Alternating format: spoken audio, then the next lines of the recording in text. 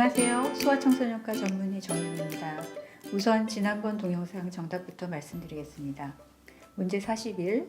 신생아 모유수유 성공을 위한 방법 중 옳지 않은 것은 1. 산전에 수유 자세와 젖 물리는 방법을 정확하게 배운다. 2. 24시간 모자 동시라는 산부인과와 산후조리원을 찾는다. 3. 하루에 10번씩 30분 이상 양쪽 젖을 직접 먹인다. 4. 의학적 이유가 없으면 젖을 유축기로 짜서 먹이지 않는다. 5. 의학적 이유가 없으면 분유나 인공젖꼭지를 사용하지 않는다. 6. 3시간마다 유축해서 젖량을 늘리고 보충한다. 정답은 6번입니다.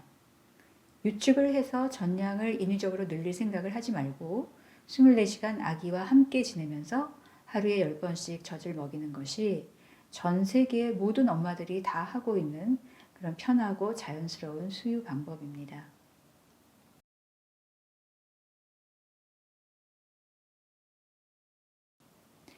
(23년) 전 한국의 산후조리원이 처음 생긴 다음 산후조리와 모유수유에 관해서 국가에서 주관하는 여러 연구 보고가 있었습니다. 그거 하나하나 수천만 원씩 예산이 들어가고 수개월 동안 열심히 조사된 결과인데 널리 알려지지 못하고 사장되는 것 같아서 너무 안타깝습니다. 그래서 오늘은 그 중에 하나 2015년에 8개월 동안 진행되었던 보건복지부 연구과제를 소개해 드리겠습니다. 산후조리원 적정 운영 기준 마련이라는 제목으로 한국보건사회연구원에서 수행되었고 당시 연구비는 4,800만 원이었습니다. 그 중에서 2015년 5월 2박 3일 동안 일본 동경 지역의 조산원과 대학병원 부속 산후케어센터 그리고 구청 아동가정과를 방문했던 출장 보고서를 간략히 소개드립니다.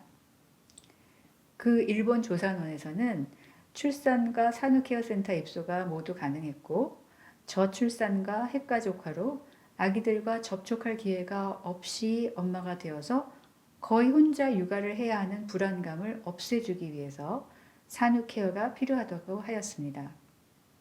엄마가 집에 돌아가서 육아를 할 수 있도록 수유 방법을 배우고 아기와의 생활 리듬을 만들어가는 것이 주 목적이었기 때문에 당연히 모자 동시를 하고 있었죠.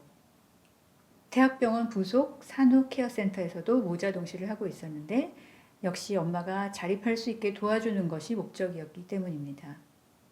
즉 신생아와 접할 기회 또 육아 경험이 없는 엄마에게 아기를 바로 곁에서 돌보면서 아기가 원하는 것을 알 수 있도록 돕는 게 목적이었죠.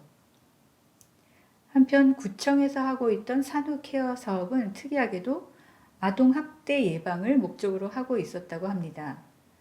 즉 엄마가 산후에 심신이 불안정한 시기에 육아 불안을 해소해줘야 추후에 아동학대 예방으로 이어진다는 것이었습니다.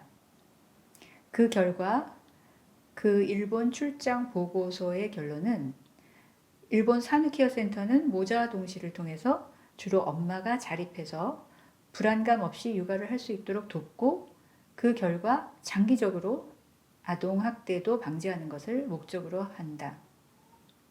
반면 한국산후조리원은 산모의 조리를 최우선으로 하여 모자가 분리되어 있다. 따라서 향후 산후조리원의 존재 이유를 심도 있게 검토해서 적절한 방향 제시가 필요하다고 하였습니다. 당시 보고서에서 사용되었던 명칭 자체가 일본은 아기를 위주로 한 산후케어센터, 한국은 엄마를 위주로 한 산후조리원이었네요.